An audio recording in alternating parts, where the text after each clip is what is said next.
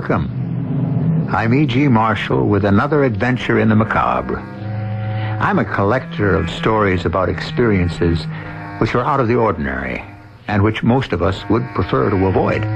Still, I find a perverse kind of pleasure in sharing the unexpected and the bizarre. It purges my own concerns about the unknown, and there is so much that is on our planet and in the universe. As a man named Al Wilson, a farmer who lives near Bolton, Connecticut, found out after encountering a phenomenon.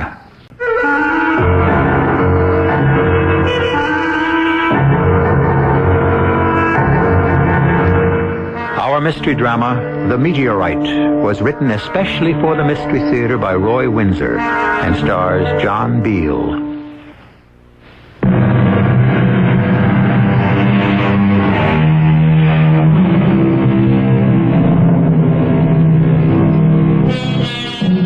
I suppose that at one time or another you stood outside and looked up in wonder at the night sky and the endless panorama of the stars. We've landed men on the moon, and we've sent space rockets to circle Mars. But as we learn more about the universe, we learn how little we really know. It is infinite. Emerson wrote, "There is no chance, no anarchy in the universe. All is system and gradation. Every god is there sitting in his sphere." True? Al Wilson didn't know it when he and his wife returned from evening service at their church, but he is about to find out.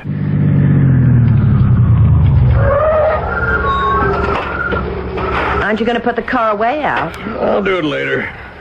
Garrett mentioned checkers. You're invited over, too. Does Maud know? I suppose so. Look at them stars. My goodness, what a fine night. I'm glad I brought in the rest of them tomatoes. Yep, we'll have frost tonight. Al, look left above the barn, way up in the sky. See? A big kind of cone of light. I've never seen anything like that this close. And listen. Wind's come up. Look at that thing. Must be traveling fast as lightning. Al, it's coming this way toward our farm. You better go inside. Let's get away from here. It's headed toward the house. We'll be blown up. Come on. Slanting down over the barn. Do you feel that heat? I've never seen anything like this. There goes the barn. Look! Look!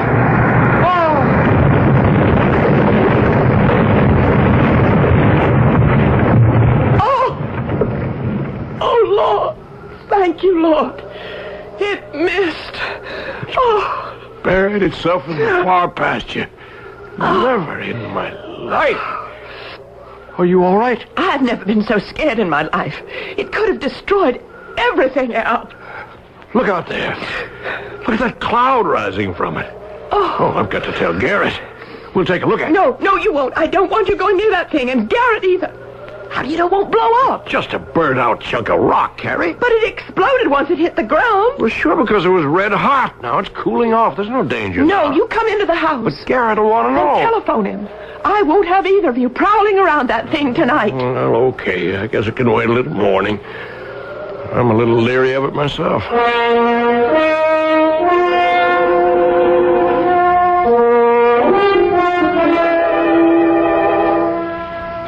Everything all right, Garrett? Or is the washing machine upside down? Oh, no damage, darling. No cracks in the cellar. None of the preserves fell off the shelves. I gave the washing machine a reassuring pat and said goodnight. How can you be so calm, Garrett? We pay high enough taxes on this little house Come on now, Maud. Calm yourself, huh? It's over with. Oh, that's what you think. It's an outrage. And the mayor's going to hear about this. Ah, yes, but blast they must if there's to be progress. Progress, my foot. They wreck a perfectly beautiful mountainside. For what? Another ribbon of concrete leading nowhere. Paid for out of our money. And what's the rush? Why do they have to shake my fillings loose on Sunday night? I find that a little too zealous. Oh, the mayor's going to get an earful when he strolls into his office tomorrow morning. Blasting to widen the road while people are sitting down to Sunday supper. Okay, but I refuse to have the big one over something over which I have no control. The big one? Yeah, that's school kid jargon. Cardiac arrest. No, sir, not for Garrett Smith. Now, if you want to quarrel, honey, you just telephone the mayor. I will. Or calm down. Honey, there was no damage done, so put the experience behind you. Saved by the bell. If it's for me, tell him I'm gluing in my fillings. Hello, Garrett Smith. You hear the blast, old pal? Oh, yeah. It put Maud in space. Any damage to the farm? Just a trench in the far pasture. You know, where Tompkins cuts across the state road. Uh-huh. Yeah, but that's a long way from where they're working, Al. Who? Who's working where? Well, you know, the crew that's blasting on the mountainside. What crew? I'm talking about the explosion. Well, so am I. Well, they don't blast on Sunday night, Garrett. You don't know what happened? No, I guess I don't. A shooting star landed 10 minutes ago in my far pasture. What? You're kidding? You mean... Come on over. Maybe we can persuade Carrie to let us investigate. You mean that a meteorite landed on your farm? Well, you tell me. You're the science teacher. Come on over. Oh, yeah, right away. Well, what was that about? A meteorite? Don't blame the state, honey. Don't blame the mayor. Blame a phenomenon. Yeah, that explosion that shook the house, that was not from blasting. A meteorite landed on Al's farm and plowed up half his far pasture.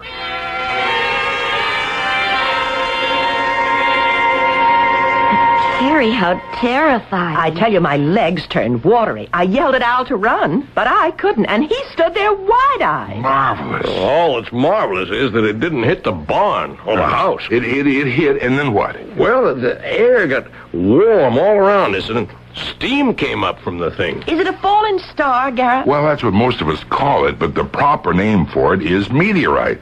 It comes, from outer space. So do lots of funny things. At least some people think so. Yeah, including me. Mm-hmm. Yeah, no, really, I'm serious. Now, flying saucers, for instance, they are fact. Now, but we won't argue about that You now. believe that stuff, Garrett? Absolutely. Well, I'm glad I don't. There's enough just around the farm to make me watch my step. I don't need funny little creatures that look like toadstools peeking in through the bedroom window. Just what is one of these meteorites? Well, it's burned out rock. See, it broke loose in outer space and out of the orbit of its own planet, and then it just kind of flew loose. See, once in a while the gravity of Earth pulls down fragments and they land here and there. Now, most of them burn out in the sky. They look like, streaks of light. On fire from friction. Yeah, exactly. So the chances of one reaching Earth are very small. Well, we've got one. And it's no rock. It's a big, long thing. Looked in the sky like a missile, like a torpedo. It's incredible. I mean it. I don't know too much about meteorites, but I know who does. Professor Charles Dana at the State University. I studied under him. Al, you know what you ought to do? Well, all I want to do is get rid of the thing. No, Dana's your man. Now, why don't I try to reach him? He'll want the meteorite for the astronomy lab. He's welcome to it. Just tell him to haul it away. Right. But first, now don't flip out, Carrie. First, I've got to see it. But if it explodes... Well, how can it explode if it's just a rock? Didn't I tell you so? Why don't you and Maud come along with us? No, thank you. You two play space cadets. Carrie and I will needlepoint. Al, you're going to be famous. Sure. Maybe they'll name the thing after me. Garrett, is there any danger from, radioactivity or disease or anything? No, Maud, not from the little I know, anyhow. Now, we won't go too close to it, so just don't worry. Oh, we won't be long. Set up the card table. We'll play some bridge when we get back. Gives me the creeps, Carrie. I feel the same. There's something eerie about a thing coming down from outer space. Makes you wonder what's really up there.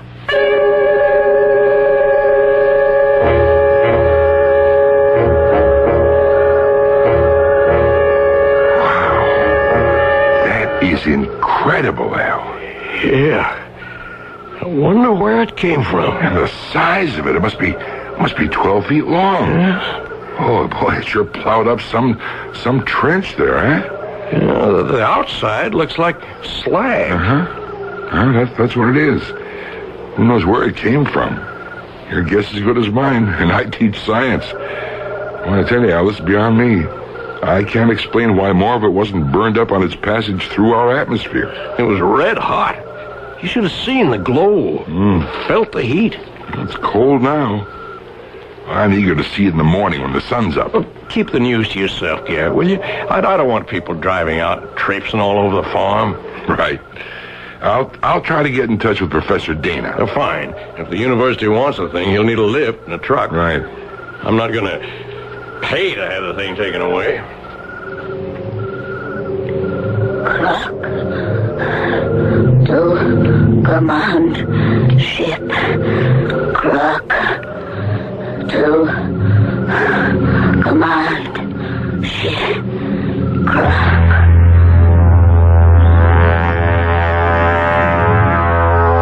Open the window a little more, Al. It's warm in here. Or get rid of this top blanket. What? Warm? Oh. Why'd you wake me up out of a sound sleep? Open the window. It is open. Open it more. It's stuffy in here. And come back to bed. Oh, boy. It's cold out there. The frost looks like a light covering of snow. I can see the meteorite real clear. Garrett's crazy, and he makes you that way. Oh, no kidding, Carrie. It is kind of impressive. People don't have a meteorite land near them every week in the month. Garrett said only about 1,000 have been recorded. Come to bed. Maybe I ought to keep the thing. Invite people to come see it. That Professor Dana will be here first thing tomorrow. Now, come on, get some sleep. Okay. Carrie. Oh, my stars, what is it? Come here. What? What's the matter? Look out there. You see the meteorite? Well, sure. You see what I see? Well, I don't... It looks higher. It's changed. So what? Oh, this floor is like a slab of ice. You know why it's changed? Take a careful look, Carrie. Oh, good Lord. You see it? Yes, I do. What does it mean? I don't know. But it's opened up.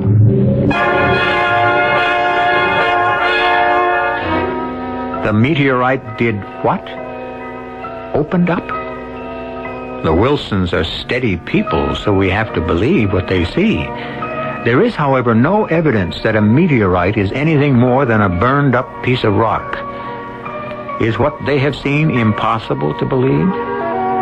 Impossible is a slippery word, hard to pin down. More about this phenomenon when I return with Act 2.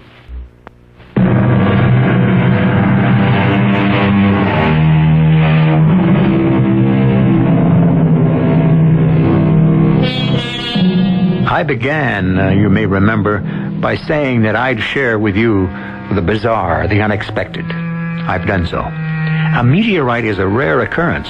I doubt if any of you has seen one except in a museum.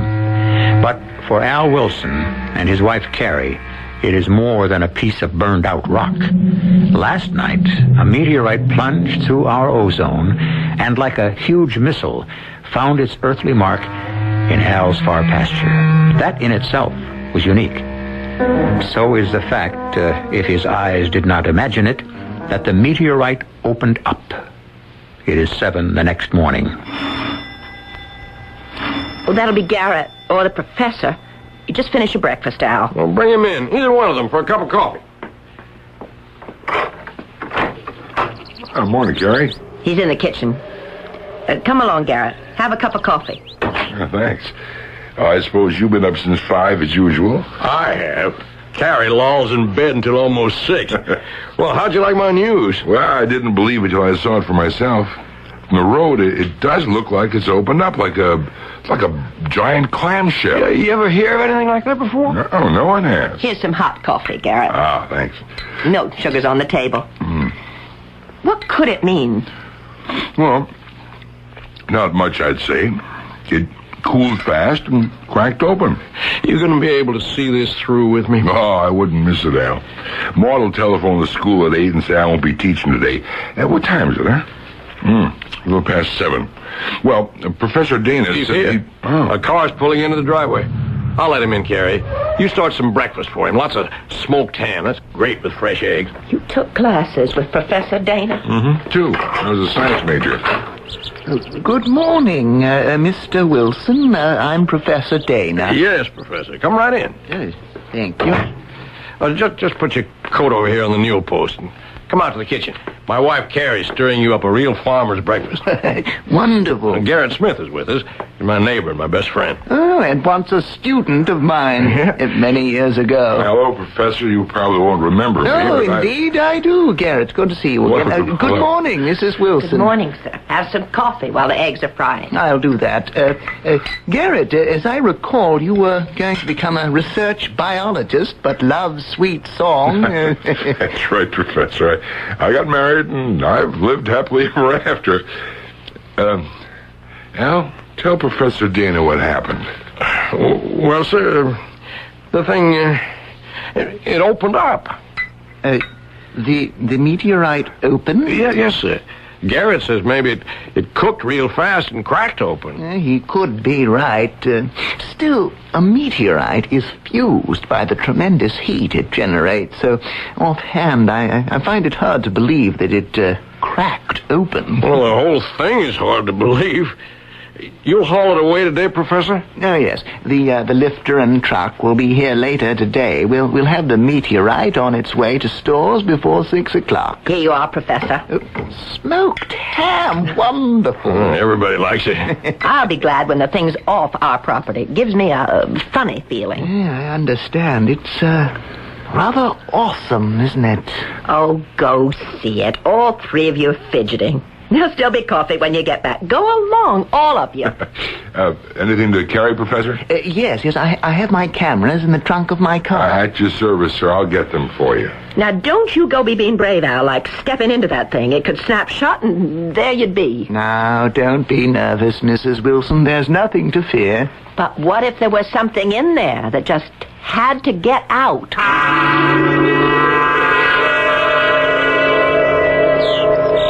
What? You say it's not a meteorite, Professor? It's something much more important. It's a space capsule. I don't get it. Neither do I, but look. Look inside. You see the struts and the pane of glass? A space capsule, but from where? Let's take a look inside. Give me the camera with the strobe light, Garrett, please. Yes, sir. Al, this is a nightmare. You suppose some lunatic was experimenting with some kind of missile? That this thing was shot from somewhere and wobbled around and then just came down here? I don't know. Good Lord. There's something in there. Shine the flashlight into the interior, Garrett. I see it. Al, take a look. Why, it's some kind of man. About the size of a 6-year-old boy. But with an old face. And elongated ears. It's a man from space. You think he's dangerous, Professor? He's dead or unconscious. Well, if he's alive and hurt, we got to get him out. Garrett, go tell Carrie. The professor and me'll get him out. Okay, wait till she hears about this. Well, it looks safe enough. What opened up was an escape hatch covered with slag. I'll lower myself. Hold up the hatch, will you? Right. It's sure cramped in here. Come on. Shit. Hey, he's alive. Come on, pal. We'll get you out of here. Lift out his head first. Oh, he's real light. I've got him. And here I come. A miniature man. What a discovery. This is come on. Did you catch that, Professor? Barely. It's some kind of signal. Well, how come it sounds like English? It's beyond me. Well, let's get him to the house and try to bring him around. Look. He's opening his eyes. I destroyed destroy you. I understood that all right. Take it easy, pal. We want to help you. Destroy. Right now, what you need some warm food and a bed. You get well, then you do what you please. Command ship comes for me. He could be dangerous, Mr. Wilson. Well, what do you want me to do? Shove him back into his capsule? The little man's hurt.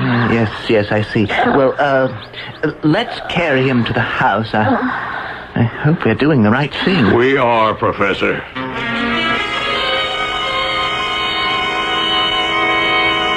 You're worried, aren't you, Professor?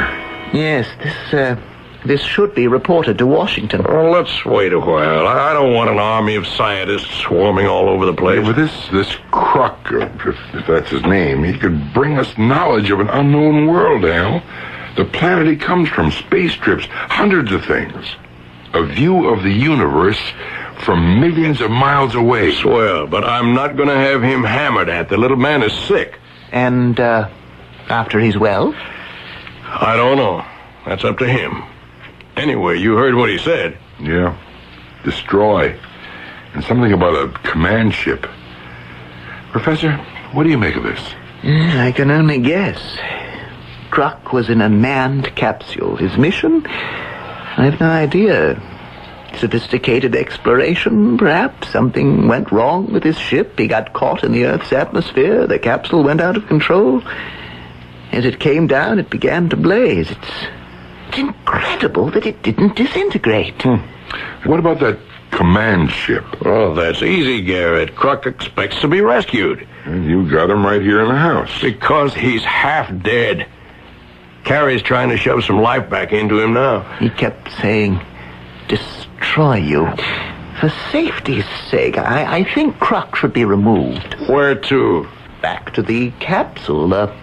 I'll truck the capsule and him back to stores. Sorry, I won't do it. The capsule is yours. Kruk stays here until he goes home. I'm going to see how he is. Well, what about the police, Garrett? Well, it's a small force, Professor. Not much protection against whatever you're thinking. I sympathize with Mr. Wilson's feelings. He's a decent man, but he doesn't realize the scope of this discovery. Kruk could open up a new world to us. Well, look, why don't I speak to somebody in space control? Ask them to send a man down to see the capsule and meet Kruk. Yeah, Garrett, you're risking a friendship. Well, I'll chance it, if you can postpone picking up the capsule for a day or so. Oh, that's easily done. Good. Then, that's what we'll do. And you, sir, you are my house guest. That's very kind of you. No, it'll be an honor. Well, I think your suggestion is sound, Garrett, but you'd better tell him about it. Yeah, after the person from Space Control arrives, not before. You can't crowd a Connecticut farmer like Al. This is his land and his home, and nobody better forget it.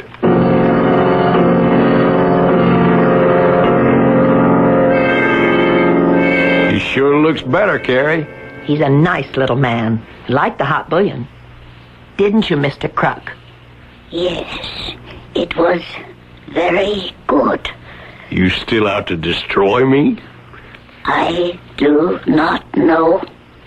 Humans are enemies of my people. They are? We don't even know who your people are. When we fly here and land, you fire guns at us. We found Earth, and we have come here out of curiosity. But you drive us away. Now we will destroy you. He won't tell me where he's from, Al. I asked him. No, I will not tell. How come you speak English, Kruk? We know all languages. Our minds are as advanced as our weapons. Then use that great mind of yours, and you'll understand we don't mean you harm. I thought you would kill me. Well, now you know different. I will leave you in peace. I do not understand why you have been kind. Well, you were hurt. That's only decent. You said, Kruk, you'd leave us in peace. Yes. The command ship will take me and the capsule away. Well, you maybe, Kruk, but the capsule goes to the state university. No. If you try to remove the capsule, there will be destruction. The truck, the men, the capsule will be destroyed, turned to ashes. Well, I don't know what to do. I gave my word. Heed what I say. Do not risk destruction. I will return to the site and await the command ship. You'll do nothing of the sort. It's cold out there. Cold and heat do not affect me. You'd better speak to the professor, Al. Yeah, you stay here while I do. Hi, Professor. Hey, hello there, Mr. Wilson. How's our little man from space? He's giving me a problem. Kruk warned me that if we remove the capsule, all hell's going to break loose. The truck and the men will be destroyed.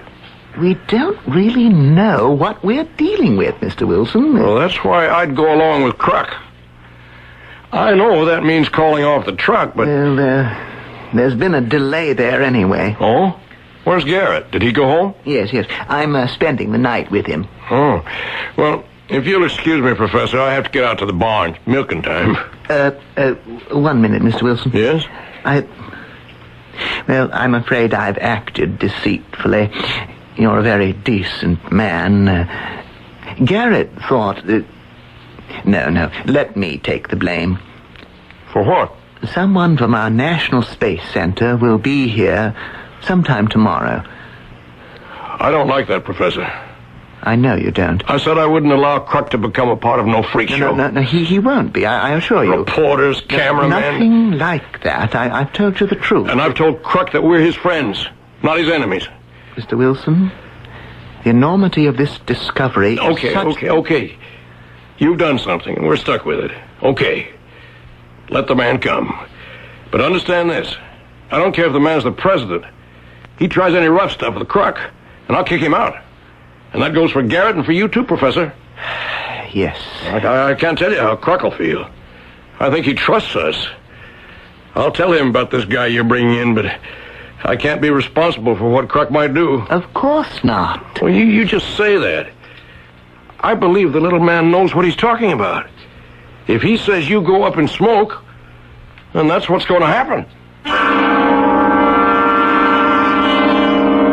The Wilsons have treated the man from space as they would any injured person, with kindness and attention. Garrett Smith and Professor Dana, however, want to treat Kruk as an incredible discovery, which he and the capsule are. What Kruk does is all that matters, and we'll find that out when I return shortly with Act 3.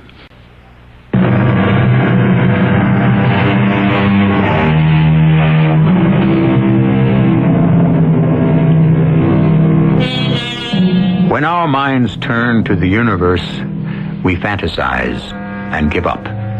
Reports of flying objects make news, but no one takes these science fiction occurrences too seriously.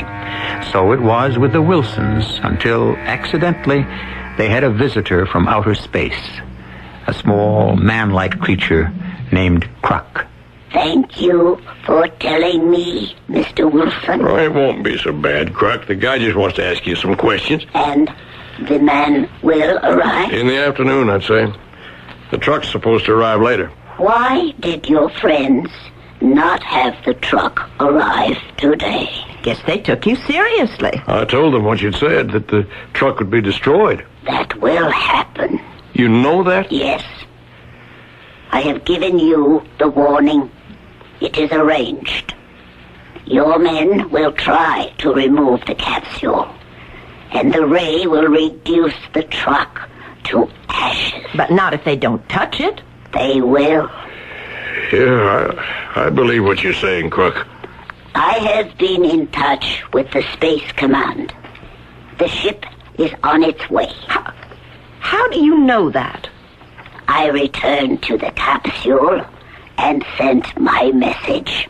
You did? When? I've been with him all the time, Al. I assure you, I have talked with my people. I guess I'd better tell them to stand off. Yes. Now that's settled. Now you rest, Croc. What you see of me here will rest. Thank you. Close the bedroom door, Al.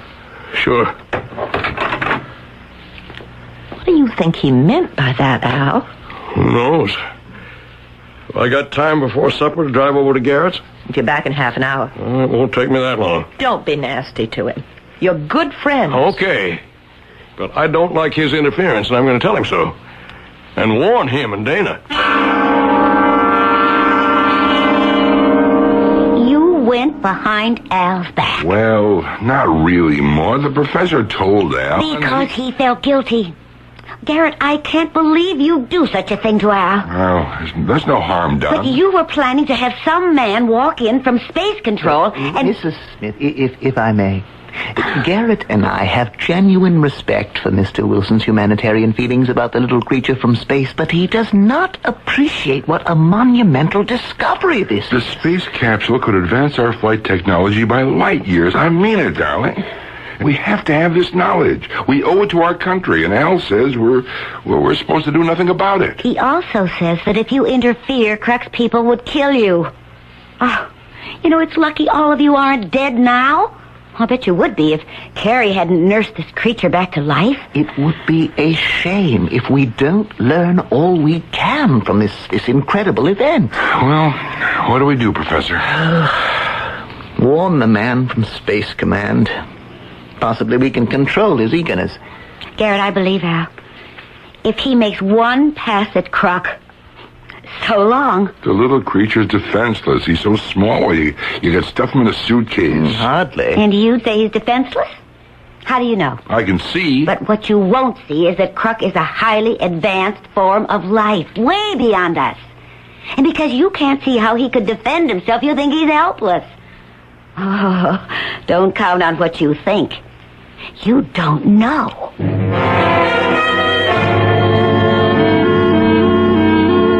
Mighty good supper, Carrie. Croc liked it, too. It took him a tray. It's funny. I don't think of him as a little man from outer space, but like a guest who's got sick and I'm taken care of. And he isn't even human. Well, he responded to kindness. Most living things do. Now, you're sure you weren't nasty to Garrett and the professor? Of course not. I did tell Garrett to learn to mind his own business, but mostly I warned them. They take you seriously? They thought I was talking through my hat. Well, Maud'll pound some sense into Garrett's head. Maybe. The professor's got some feelings. Maybe. Well, I'm going to get to bed. Big day tomorrow. I sure hope that man from Space Control has some sense. Oh, he's only one man. Croc said he'd talk to him and then leave. That's going to be some sight. A flying saucer setting down right in our pasture. I wonder if they'd take me for a short spin. Go to bed. If one of those things comes down, you're not going near it. Let it pick up the capsule and take Croc home. And where is that? He won't say. Only it's out there, where the stars begin. And what's beyond that? Oh, even Croc doesn't know that.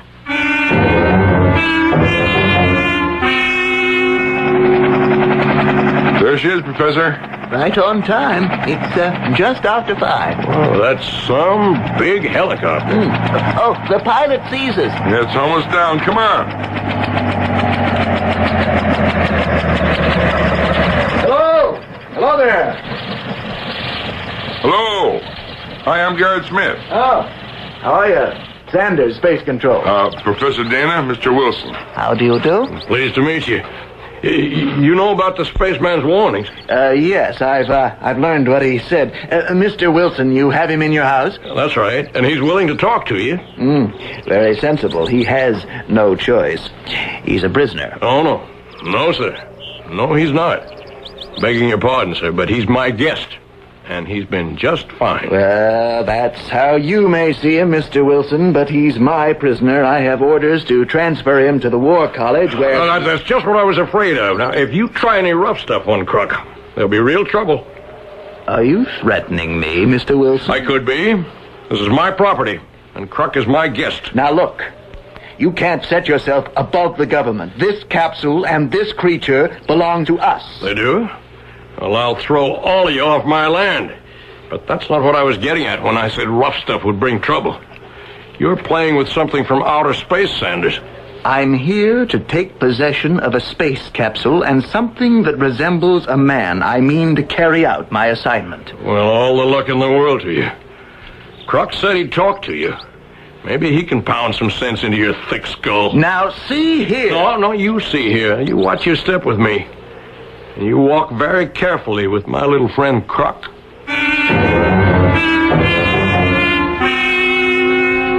You are from your space control. Yes, who are you? I am called Kruk. I am from a distant planet. Its name is of no importance. It is to me. That may be. How did you reach Earth? In my capsule. Mm-hmm. What was your mission? I am an explorer. Who are your people? They are like me. Yes. You have conquered space travel. We have explorers everywhere. Why did you come to Earth?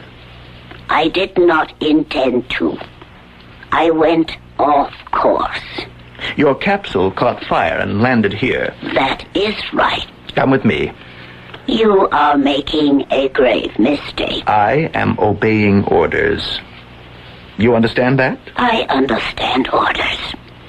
But I do not obey yours. Mm-hmm. This is a gun.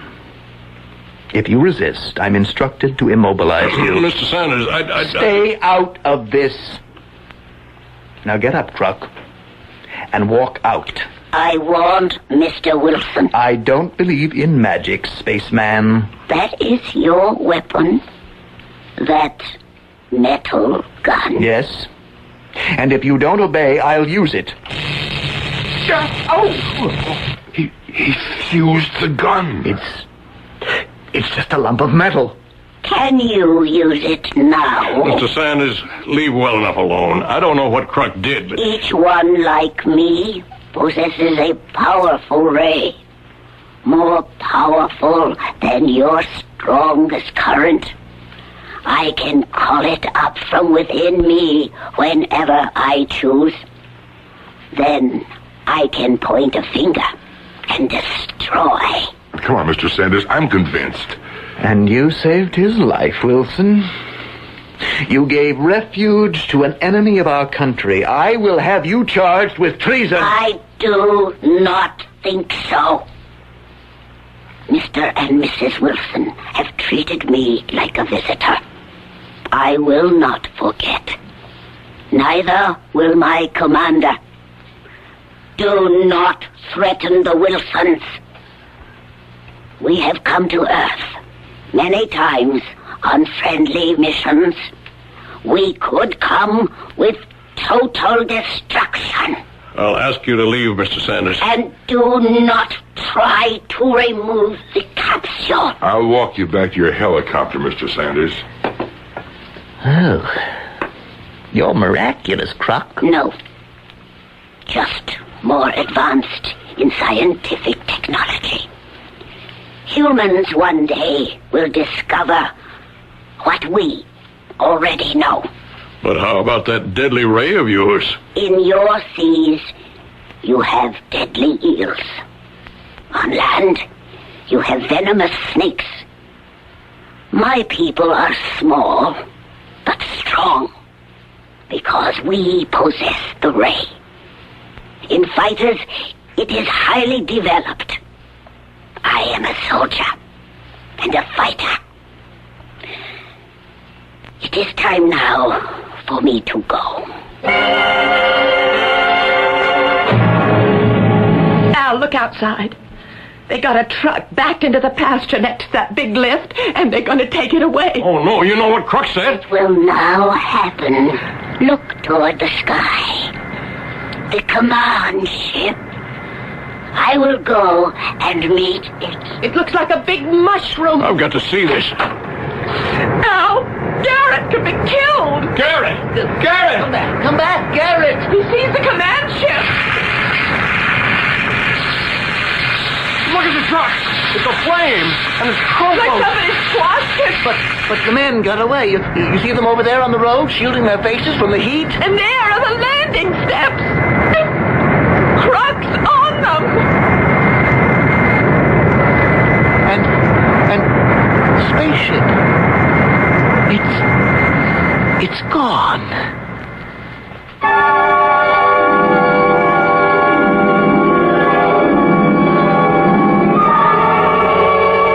I can tell you that along with the lifter and the truck, the space capsule was turned to ashes. Garrett Smith escaped, and so did the men brought in by Professor Dana. When Al Wilson wondered later if he and his wife had consorted with the devil, she replied, as you might expect, that no, they had consorted with God, meaning, I suppose, that they had acted in the interests of good. I'll return shortly.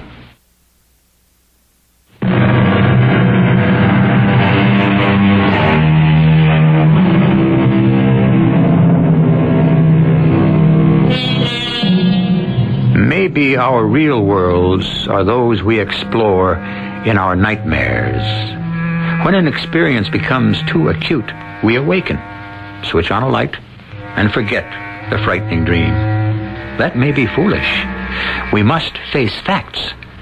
One of them is that there are other worlds, other life. With the passing of time, centuries perhaps, there certainly will be interplanetary communication, and who knows? A Kruk may come to visit you. Our cast included John Beal, Marion Seldes, Joe Silver, Evie Juster, and Russell Horton. The entire production was under the direction of Hyman Brown. Radio Mystery Theater was sponsored in part by Buick Motor Division. This is E.G. Marshall inviting you to return to our Mystery Theater for another adventure in the macabre. Until next time, pleasant dreams.